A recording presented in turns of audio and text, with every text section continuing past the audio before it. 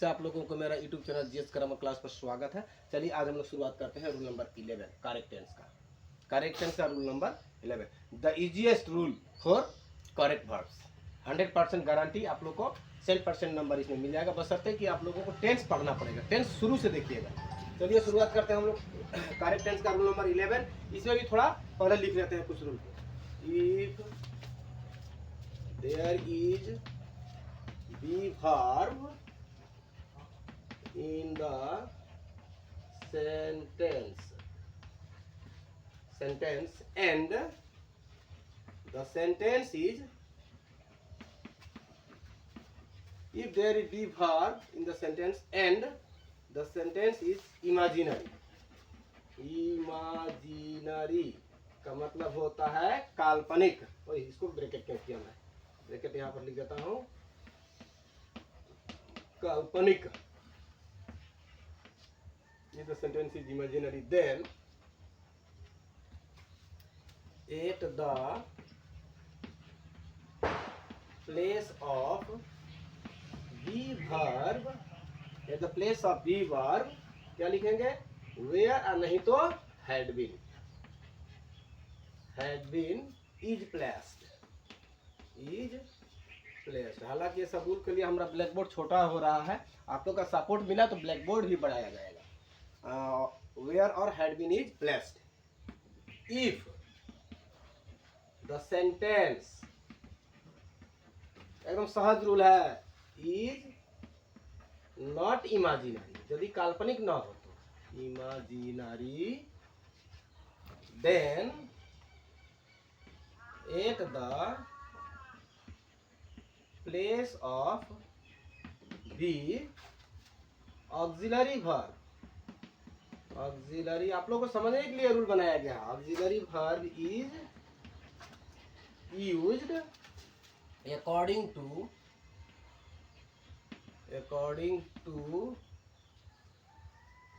to subject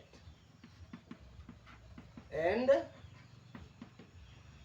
tense कहिए या चाहे sense कहिए, according to subject and tense, बस रूल इतना ही है। अब चलिए एग्जाम्पल पर। मेरे कहने का मतलब है कि यदि वाक्य में क्या हो, बी वर्ब हो इन द सेंटेंस और सेंटेंस काल्पनिक हो, इमेजिनरी हो, तब जाकर क्या करेंगे, then at the place of be verb के जगह पर वेयर नहीं तो हैड बीन को प्लेस करेंगे। यदि वाक्य काल्पनिक नहीं हो, if the sentence is not imaginary, then at the place of be verb auxiliary verb यहाँ पर लिखेंगे, गलती हो गया, auxiliary verb is used according to subject and tense, tense और कर्ता के अनुसार हम लोग सहायक क्रिया लगाएंगे यदि वाक्य हम लोगों का काल्पनिक नहीं होगा तो। चलिए एग्जाम्पल लेते हैं, बहुत सहज मजे का रूल है ये। देखिए, if I be a bird I could fly, अगर मैं चिड़िया होता तो मैं भी उड़ता। देखिए ये काल्पनिक है कि नहीं। हाँ, रात में आदमी तो कुल मिलाकर के दिन में क्या क्या देखता है, रात में सपना देखता है, सपने में कभी कभी वो चौकी से पलंग से नीचे भी गिर जाता है, फाइट मारने लगता है ना फिल्मी दुनिया का सपना देख करके। सोचता है कि हम अक्षय कुमार सुनील शेट्टी हीरो हैं, फाइट चलाता है रात के सपने में, जब गिरता है तो उसका होश टूटता है तो बोलता है 10 तरीका हम तो सपना देख रहे थे। यानी कि आदमी लोग सपनित होता है, यानी कोई कल्पना। जो इंसान कल्पना करता है ना, ज़्यादा सोचता है, मेहनत नहीं करता है और ज़्यादा सोचता है तो सपना देखेगा ही, और सपने में ये सब इंसिडेंट होता है। चलिए आगे बढ़ते हैं। If I be a bird I could fly, अगर मैं चिड़िया होता तो मैं भी उड़ता। यहाँ पर ये सपना देख रहा है, कल्पना कर रहा है, तो यहाँ पर क्या करेंगे हम लोग, इफ आई वेयर चाहे हैड बीन, दोनों में से कोई एक लगा सकते हैं हम लोग। ए बर्ड, ए बी को हम लोग हटा देंगे।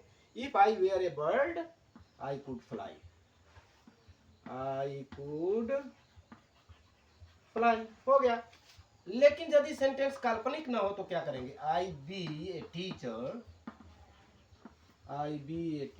सिंस 2001। अब देखिए यहाँ पर सिंस आ गया भाई। हाँ, आई बी ए टीचर सिंस 2001, यानी कि मैं एक शिक्षक हूँ कितने सालों से, 2001 से। तो ये देखिए अब हम लोग का आ गया सिंस और फोर, यानी कि सिंस फोर होने से हम लोग का टेंस किस टेंस में बनता है, प्रेजेंट परफेक्ट कंटिन्यूअस टेंस में।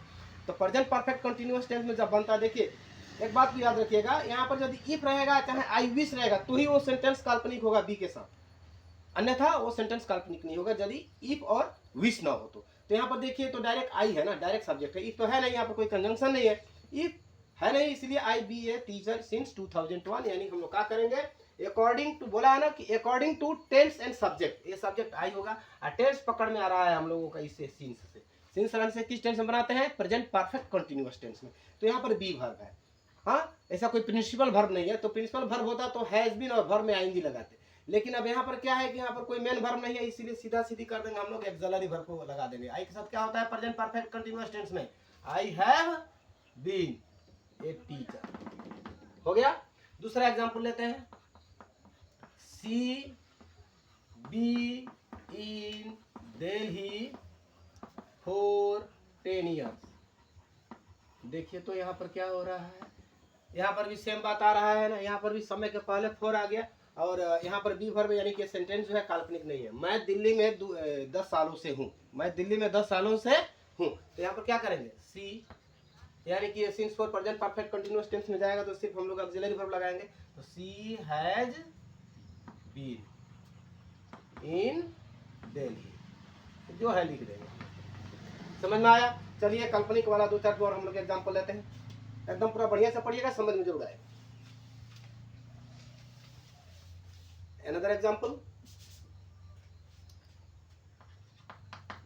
if I be you, I would not do that। अगर मैं तुम होता तो मैं इस काम को नहीं किया होता। यहाँ पर कुल मिलाकर मैं तो तुम बन नहीं सकता, तुम मैं बन नहीं सकता, यानी कि ये भी सेंटेंस हम लोग का क्या है, इमेजिनरी, यानी कि काल्पनिक है। काल्पनिक होने पर हम लोग क्या करेंगे भैया, इफ आई हैड बीन नहीं तो वेयर हैड बीन यू, बाकी बात लिख देंगे।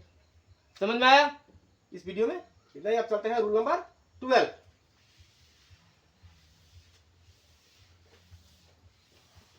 रूल नंबर 12 जरूरत पड़ेगा तो आप लोग कमेंट कीजिएगा और भी सुधार किया जाएगा। Rule number 12। अब चलिए रूल नंबर 12 असली बात है। यहाँ पर थोड़ा एक दूसरा टेक्निक हम लोग लगाएंगे, चलिए देखते हैं। इफ सबका मालिक रहेगा सेंटेंस का, इधर में चलते हैं, थोड़ा देख लेते हैं इधर में क्या होगा वो भी देख लेते हैं। ये देखिए इसमें बहुत इंटरेस्टेड है, वर्ब प्लस एस और ईएस, और यहाँ पर हम लोग ब्रैकेट में दे देते हैं डू और नहीं तो डज, यानी कि प्रेजेंट इंडिफिनिट है। तो आगे बढ़ जाते हैं, इधर में होगा विल और नहीं तो शैल, यानी कि फ्यूचर इंडेफिनिट। ये रूल हम लोग का रूल नंबर 8 में शायद थोड़ा थोड़ा इसका झलक मिला है, लेकिन इसके साथ में दूसरा आने वाला है वो आप लोगों को नहीं मिला है। चलिए देख लेते हैं।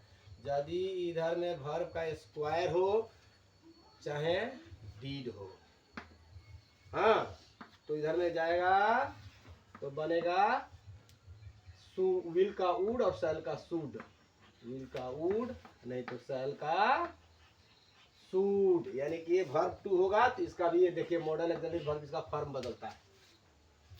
उसके बाद आ गया हैड प्लस वर्ब का क्यूब, तो इधर में जाएगा तो हो जाएगा वुड नहीं तो सूड।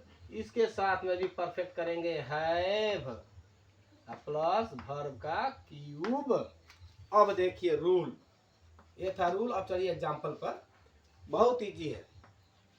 If he invite me I shall गो, यदि वो मुझको बुलाता है तो मैं जाऊंगा। देखिए इधर में शैल है चाहे विल है ना, तो इधर में क्या होगा, वर्ब में एस और ईएस अकॉर्डिंग टू सब्जेक्ट, किंतु अकॉर्डिंग टू सब्जेक्ट। अगर ये प्लूरल फॉर्म होगा तो कुछ नहीं लगेगा भाई, प्रेजेंट इंडिफिनिट में जस्ट का तस रहेगा। तो यहाँ पर क्या करेंगे, if he third person singular number है इसीलिए लगाएंगे invites, if he invites me comma I shall go, I shall go. दूसरा एग्जांपल लेते हैं, इसी को ले लीजिए चल जाएगा। इफ ही इनवाइट मी, तो यहाँ पर लगा दिए आई वुड गो चाहे आई शुड गो। ये देखिए तो क्या हो रहा है, एक तरफ में यहाँ पर वुड है, वुड हो चाहे शुड हो, तो इधर में क्या कर देंगे भैया, वर्ब का स्क्वायर कर देंगे, और निगेटिव फॉर्म रहेगा तो डिड नॉट होगा, चाहे डिड होगा तो क्या होगा यहाँ पर, इफ ही, सेकेंड फॉर्म क्या होगा, invited, if he invited me, बाकी बात लिख देंगे। अब चलिए दूसरा जो एग्जाम्पल है, तीसरा एग्जाम्पल, इसको थोड़ा हम लोग उल्टा लेते हैं, चलिए देखते हैं, इधर वाले को करेंगे। If he neglect my advice, if he neglect my advice, तो क्या होगा, ही वुड हैव फेल्ड, अगर वह मेरा उपदेश को नहीं माना होता तो वो फेल किया होता। देखिए यहाँ पर क्या कर दिया, वुड हैव, वर्ब का तीसरा, वुड चाहे शुड, हैव और वर्ब का थर्ड फॉर्म, तो इधर में क्या कर देंगे, थर्ड प्लस वर्ब का क्यूब कर देंगे, कुछ बात नहीं है। If he had neglected, neglected my advice, मेरा उपदेश को, बाकी बात लिख देंगे। समझ में आया? अब इससे सहज नहीं बन सकता है हमसे, चाहे शायद हम आशा करते हैं कि कोई महान शिक्षक हो उसे बन सकता है। तो देखिए ये रहा हमारा रूल नंबर 12। समझ में आया? नहीं समझ में आया होगा तो आप लोग कमेंट में एग्जाम्पल अगर चाहिए तो और दिया जाएगा, लेकिन ये 100% सिर्फ देखिए, इसमें से एग्जाम्पल्स में भी परीक्षाओं में कमेंट गिर जाता है, क्योंकि सारा एग्जाम्पल कहाँ का है, मैट्रिक और हायर सेकेंडरी का दिया हुआ ही है मोटा मोटी, इसको रूल बनाया गया। चलिए आप चलते हैं रूल नंबर 13, लास्ट रूल।